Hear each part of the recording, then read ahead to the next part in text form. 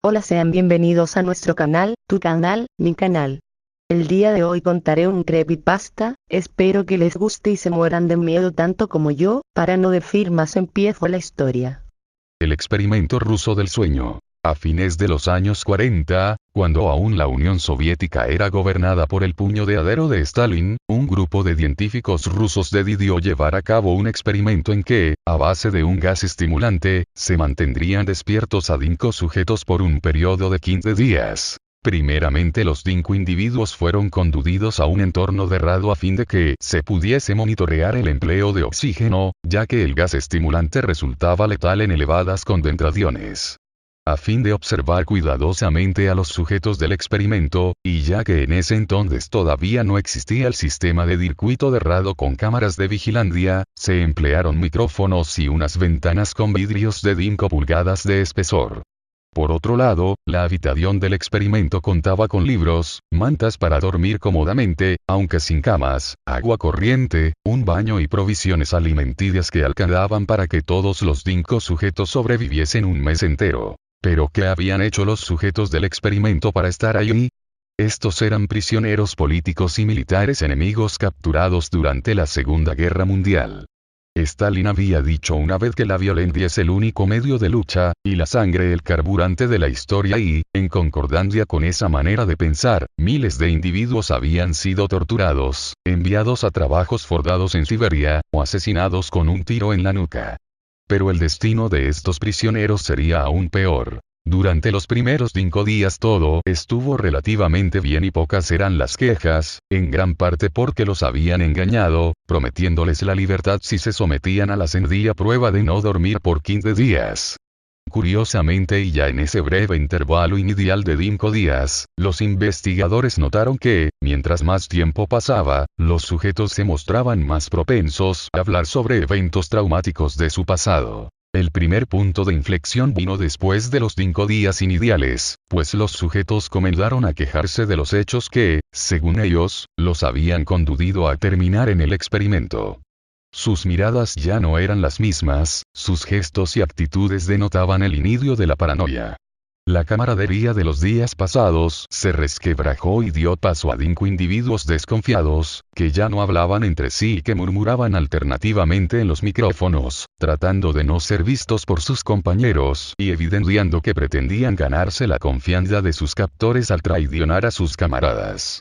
En opinión de los científicos, los cambios conductuales de los sujetos eran un efecto del gas y la privación de sueño. Ya en el 9º día, uno de los sujetos de prueba comenzó a correr como loco por toda la habitación, gritando y gritando sin parar. Así estuvo unas 3 horas, en un espectáculo atroz donde su voz, como consecuencia del desgaste de las cuerdas vocales, estaba cada vez más ronca. Además, naturalmente el hombre cayó algunas veces, pero siempre se volvía a levantar, pese a que estaba bañado en sudor y hasta llegó a escupir sangre antes de no poder dar más que gritos ocasionales y, finalmente, caer presa del silencio, ya que sus cuerdas vocales estaban destrozadas. En cuanto a los compañeros del sujeto que gritaba, mostraron inicialmente una escalofriante indiferencia. Seguían murmurando en los micrófonos, encerrados en sí mismos. Sin embargo, cuando un segundo sujeto se puso a correr y a gritar como el primero, 2 de los 3 que no gritaban agarraron algunos libros, les comenzaron a arrancar páginas, defecaron, las cubrieron con sus heces y las empezaron a pegar en las ventanas de la habitación, tras lo cual dejaron de correr los 2 que corrían y, el que aún gritaba, el otro ya no podía, se había destrozado las cuerdas vocales, dejó de gritar. También, a raíz de eso nadie volvió a murmurar en los micrófonos. 3 días después de lo sucedido con las ventanas, los investigadores quisieron revisar los micrófonos a ver si todavía funcionaban. Puesto que, desde lo sucedido con las ventanas, no se había escuchado ninguna palabra o ruido en los micrófonos, pese a que el consumo de oxígeno indicaba que los sujetos vivían y, además, era un nivel de consumo propio de quienes realizan ejercicios extenuantes. Llegado el día 14, la preocupación por el estado de los voluntarios era muy grande y los científicos hicieron algo que inicialmente no pensaban hacer puesto que podía alterar el curso del experimento. Trataron de llamar la atención de los sujetos de prueba. Para ese fin, emplearon un intercomunicador que hasta el momento había pasado desapercibido por los 5 prisioneros, quienes en ese momento escucharon una voz fría y autoritaria que les decía: abriremos el cuarto para comprobar el estado de los micrófonos. Aléjense de las puertas y acuéstense con las manos atrás en el suelo o se les disparará. A uno de ustedes se le otorgará la libertad si obedecen. Entonces, desde uno de los micrófonos, una voz dijo, en tono terminante y sin encontrar oposición en otras voces, algo que dejó atónitos a los investigadores: no queremos ser liberados. Lo antes descrito suscitó gran debate entre los científicos y los militares responsables del proyecto. Se intentó varias veces y en vano comunicarse de nuevo con los sujetos, pero estos no dijeron palabra alguna ante lo escuchado desde el intercomunicador. Así pues, al anochecer del día 15 se decidió abrir la puerta de la habitación y ver lo que por días cubrieron aquellas páginas arrancadas llenas de excremento que, como viles trofeos de la miseria humana, tapaban los gruesos cristales del maldito recinto. Antes de entrar, los investigadores extrajeron el gas de la habitación y empezaron a mandar aire fresco, pero entonces comenzaron a escucharse montones de quejas en los micrófonos. Eran 3 voces que, rogando en nombre de sus seres queridos, pedían que volvieran a mandarles más gas estimulante. Sin embargo, el suministro de gas no se repuso y, cuando por fin abrieron la puerta, los sujetos de prueba vociferaron, con excepción del que tenía dañadas las cuerdas vocales. Este fue uno de los 4 supervivientes, los alaridos más fuertes y espantosos que jamás habían escuchado en toda su vida aquellos aterrorizados soldados. Y es que nada, ni siquiera las balas tumbando en el campo de batalla o los cadáveres regados por las calles de Stalingrado que uno de los presentes había visto. Nada se equiparaba al horror dantesco que tenían enfrente. Gran parte de la comida, que habría bastado para los últimos 5 días del suplicio, no había sido tocada en lo más mínimo. Todo el suelo estaba cubierto de una repugnante mezcla de sangre, agua, heces, orina, ya que el hueco de drenaje, que estaba en el dentro de la habitación, había sido tapado con trozos de carne de las costillas y pantorrillas del sujeto muerto, cuyo cadáver yacía arrimado en la esquina izquierda del fondo, con la boca abierta, la cabeza ladeada, y la mirada inerte, aunque con un inusual gesto que parecía congelar la experiencia inefable de quien ha alcanzado la escabrosa cima del tormento. En cuanto a los supervivientes, estaban en tales condiciones que habrían hecho parecer criaturas de aspecto afable a los zombies. Se notaba que se habían arrancado pedazos de piel y carne con sus propias manos, ya que las puntas de sus dedos estaban destrozadas, y el hueso estaba expuesto en zonas donde no habrían podido sacar carne con sus propios dientes. Por otra parte, a más de las heridas provocadas por la carne y la piel que se habían arrancado, todos tenían muchas otras lesiones, la mayoría de ellas autoinfligidas. Y en cuanto al daño causado por la carne que se habían arrancado a sí mismos, era algo tan atroz que, debido principalmente a toda la cantidad de músculo intercostal que ya no tenían, podían vérseles los órganos internos, ya que desafortunadamente no habían comprometido suficientemente a sus órganos vitales como para perecer, excepto aquel que ahora reposaba muerto en la esquina, pues le faltaba aproximadamente medio hígado. Tenían los intestinos expuestos, palpitando por la comida que habían ingerido recientemente, y que no era el atún ni nada que contuvieran las latas en conserva que les dejaron para alimentarse decentemente, sino su propia carne. Pese a que la mayoría de los soldados que entraron a la habitación o vieron lo que había en ella eran de las fuerzas especiales, ninguno quiso volver a entrar, y uno de ellos se puso a llorar como si hubiese visto a su madre cortada en trocitos. En cuanto a los 4 supervivientes, todos pedían con desesperación que les dieran gas. No quiero dormir, no quiero dormir. Gritaba uno de ellos con la voz empañada de llanto y desesperación, tal y como quien, ante la amenaza de ser ejecutado, grita histéricamente: no quiero morir, no quiero morir. Y es que todos querían estar despiertos. Esa era su adicción, eso era lo único que importaba. La dignidad, la esperanza, las memorias del pasado, todo se había hundido, el sentido de la vida se había reducido a la persecución desesperada de mantener los ojos abiertos, y el cerebro activo, no ya para pensar la realidad u orientarse en esta, sino porque, la sensación de vitalidad propia de estar bien despierto, había pasado a tener el valor de la vida misma. Ahora, y si bien ningún soldado quería regresar, tuvieron que obedecer las órdenes de sus superiores y volver a aquella pequeña sucursal del infierno, donde los 4 dementes, que solo querían permanecer en el cuarto para redimir más gas, presentaron la fuerza de auténticos poseídos por el demonio, mostrándose tan salvajes que un soldado falleció cuando uno de los sujetos de prueba le mordió el cuello tan fuertemente que le abrió la yugular, y otro soldado resultó gravemente herido porque uno de los supervivientes le mordió la arteria femoral y los testículos, con tanta rabia que literalmente se los reventó. Los soldados tenían la orden de preservar la vida de los sujetos de prueba, así que no pudieron dispararle.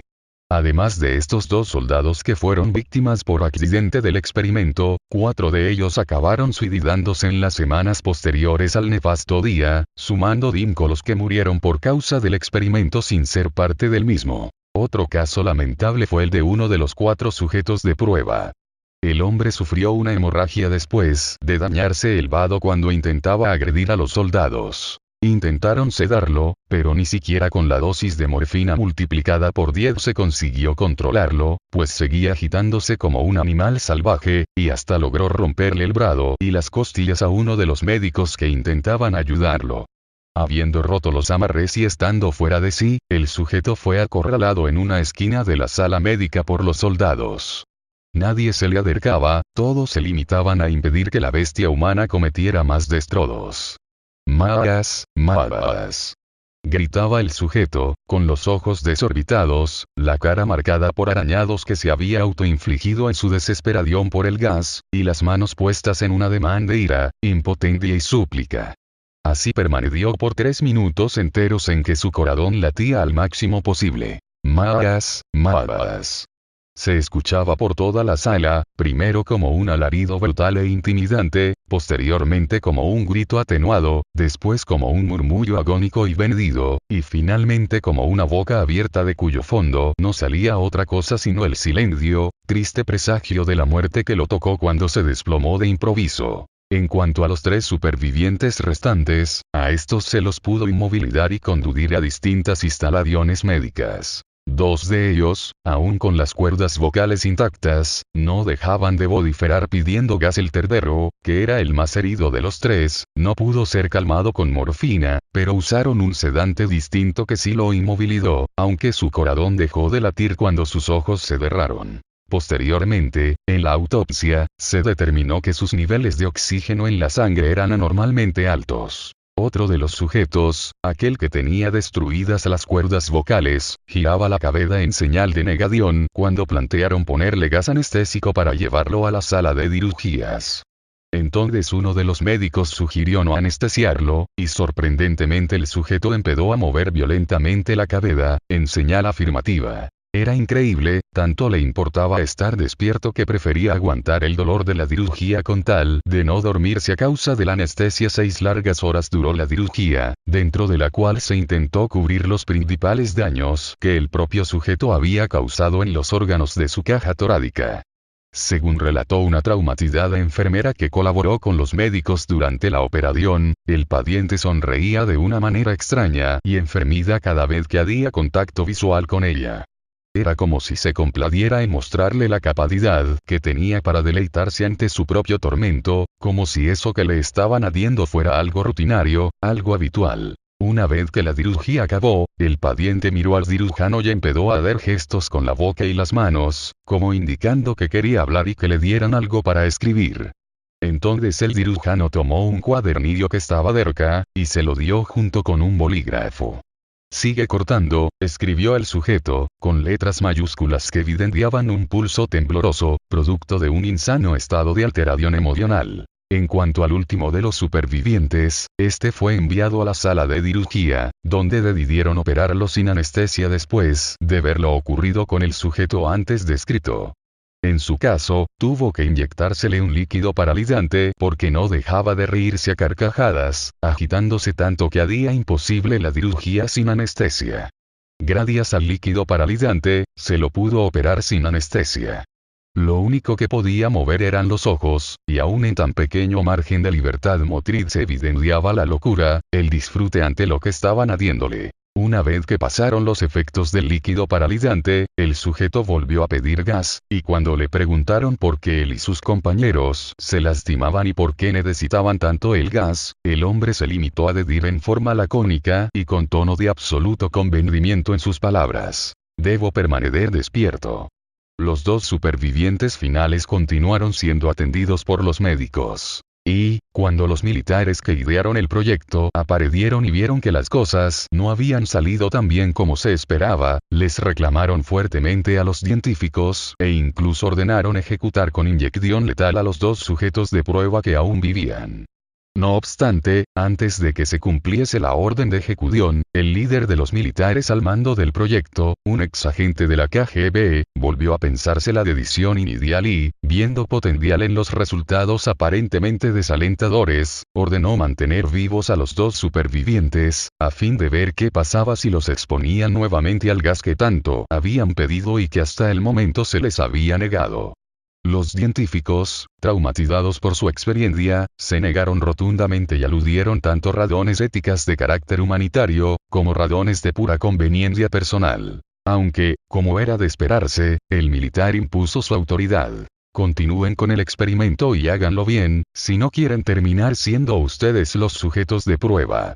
Nadie osó reír. Sabían que para muchos militares soviéticos no representaba nada acabar con una vida humana, e incluso uno de los investigadores, al escuchar las amenazas del comandante, recordó el caso de su primo Yuri, que murió con una bala en el cerebro por negarse a experimentar con un prisionero de guerra nazi. Una vez que los dos supervivientes se enteraron de que al fin revivirían el gas, mostraron una alegría inmensa.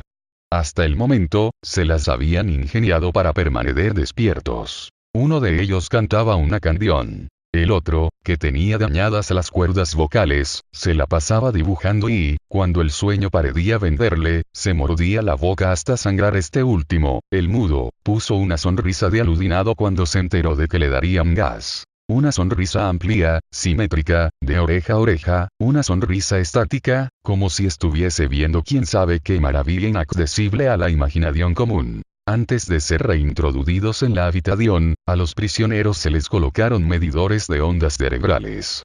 Sorprendentemente, las ondas se mostraban normales casi todo el tiempo, aunque con breves líneas rectas que después desaparecían, y que eran semejantes a las experimentadas durante la muerte cerebral. El prisionero que podía hablar, al sentir que se adormecía durante cada intervalo de línea recta, entró en desesperación y comenzó a gritar: «El gas, rápido, rápido. El gas, el gas, el gas».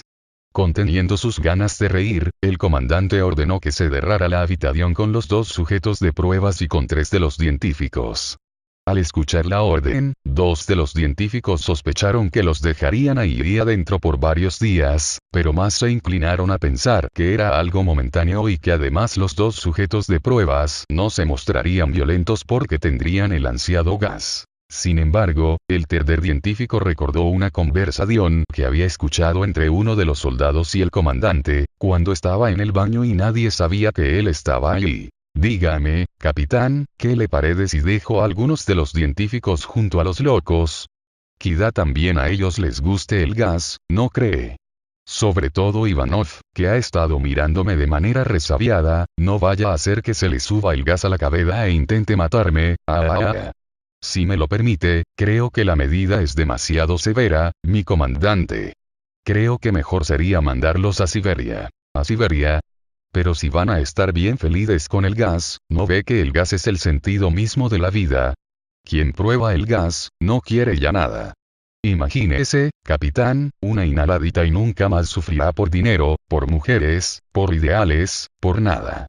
«Vamos, no me mire así, estoy bromeando, camarada». «No, no estás bromeando, bastardo», pensó Ivanov tras recordar la conversación y entonces, antes de que se cerrara la puerta y llegaran 3 soldados que el comandante había llamado por radio, reparó en que el soldado escolta del comandante había dejado en una silla su revólver, y temblando de ira lo tomó, le disparó al comandante, después le voló la cabeza al prisionero mudo y se puso en una esquina, apuntando al único sujeto de prueba que quedaba y aprovechando que los otros dos científicos habían huido y el soldado escolta también, que era el capitán al cual había escuchado hablar con el comandante, casi seguramente porque no quería matar ni morir, pues si moría dejaría de ser para siempre, era un marxista en toda regla, y si vivía se sentiría aún más culpable por matar a un hombre de Dien Dien en nombre de un proyecto perverso, cuyos abominables frutos lo habían hecho replantearse su lugar en el mundo desde el día en que abrió esa puerta maldita y vio a esos 5 engendros, que no podían ser llamados monstruos, que eran como 5 espejos crueles y a la vez como 5 preguntas.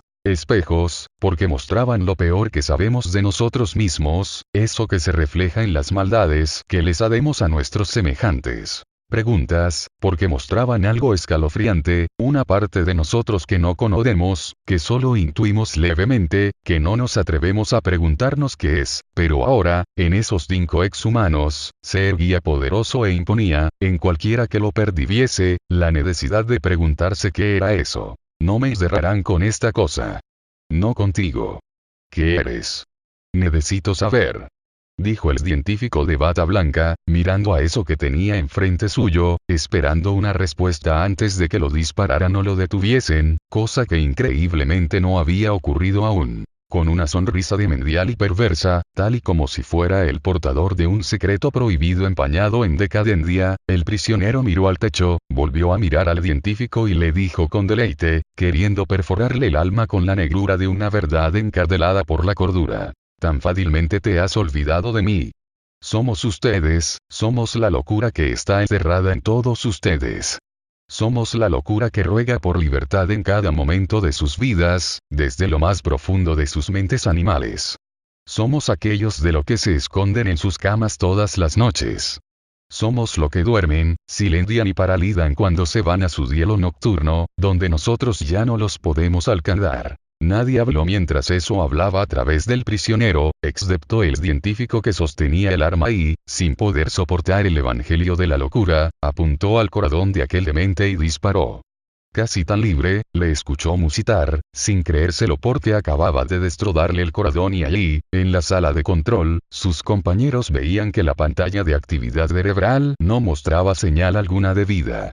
Eso que habló ante el asombro de todos había callado por fin, pero solo en los labios del pobre sujeto de pruebas. En las mentes, de los investigadores, de los soldados, del lector de este creepypasta, eso seguirá susurrando en cada uno de nosotros, quizá mostrándose en aquellos breves lapsos que algunos de nosotros tenemos, lapsos en que el gobierno de la razón colapsa ante el peso de la realidad, y la locura, siempre más fuerte que las mayores calamidades de la vida, toma el control con voluntad libertadora. Origen. Antes de señalar el origen concreto de este creepypasta, cabe señalar que constituye una expresión algo exagerada del temor que existe a no dormir, tanto por experiencias muy comunes, casi todos, al menos de entre quienes han pasado por la universidad, saben lo que es no dormir 1 o 2 días, como por conocimientos científicos sobre el tema, según los cuales la privación prolongada de sueño puede generar irritabilidad, agresividad, depresión, somnolencia diurna, deficiencias cognitivas, fallos en la memoria, el razonamiento, la percepción, la capacidad de concentrarse, cansancio físico y mental, o incluso, en casos extremos, alucinaciones visuales y auditivas, paranoia, comportamiento maníaco y hasta psicosis complementariamente. Se sabe de individuos como Randy Garner, quien en 1965, cuando tenía 17 años y era estudiante de secundaria, permaneció 11 días enteros sin dormir, a fin de cumplir con los requisitos para una feria de 10 días. En cuanto al origen concreto del creepypasta, todo lo que se sabe es que apareció durante el año 2009, en el cual empezó a difundirse a través de cadenas de correo electrónico y foros, siempre presentándose como una historia real, cosa que no resultó difícil de hacer creer al comienzo, ya que, como bien se ha explicado, sí existe un trasfondo de realidad en este creepypasta. Espero que les haya gustado el creepypasta y no olviden seguir mis redes sociales, que son Facebook, Twitter, Instagram y mi otro YouTube de gameplays, y darle like si les gustó el creepypasta, comentar, publicar, para hacer más historias y para empezar a hacer mis propias historias. Hasta luego, chao.